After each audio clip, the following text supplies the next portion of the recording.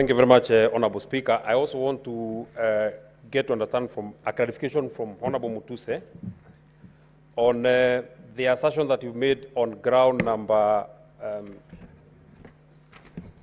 on this accusation that you say that His Excellency Rigathi Gachagua acquired a dairy farm in Nyandarua County, whether there is any evidence in record that he has a dairy farm in Nyandarua, either the title number of the land or even the, a photograph. I've seen you put photograph of hotels, either a photograph of cows or whatever you'd have in record.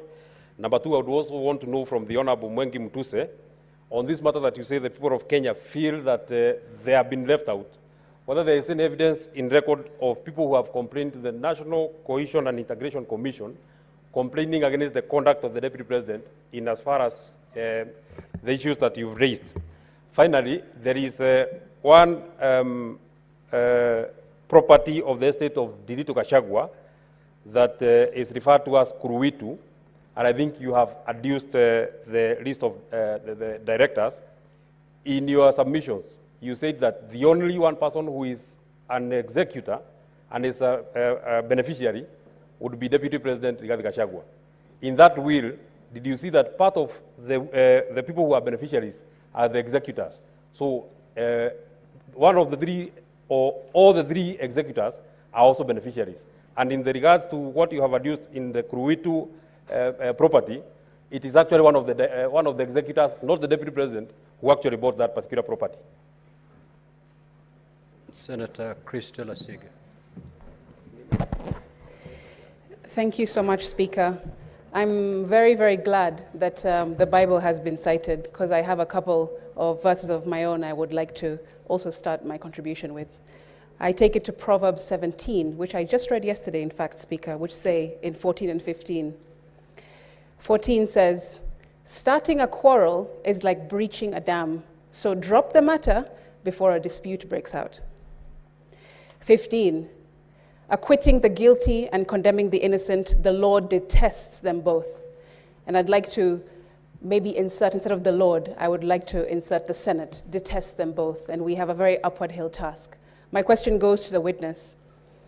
In his motion, he has used the Oxford Advanced Dictionary to define gross misconduct. I was just curious to find out why the Oxford Dictionary and not maybe a relevant Kenyan law that defines, if he has one, or perhaps Black's Law Dictionary, which I know all legal counsels also rely upon. Thank you.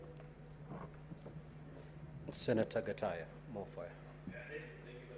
Speaker, I want to seek clarification from the council for the Deputy President. I have seen the photos and utterances for His Excellency the President. I need to get the relationship between what is before us and the President for this matter. So can he please explain what is the relationship between what he has paraded for the President and what is before us as a House? Senator Karungo.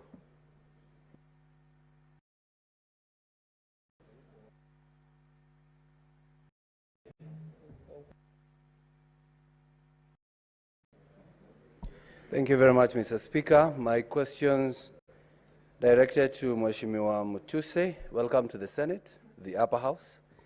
And my question is, you said the Deputy President is tribal because he spoke Kikuyu in Nairobi. Are you aware of Article 7 of the Constitution that says the state should promote local languages? Are you also aware of Article 27 that says no one should be discriminated on the language they speak?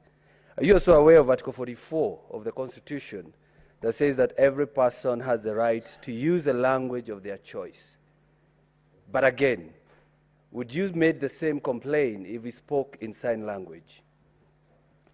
The next question is, the Deputy President has been talking about shares in government, serikali, which we have been shown that the shareholding and the shares were signed by the government officials who are in government.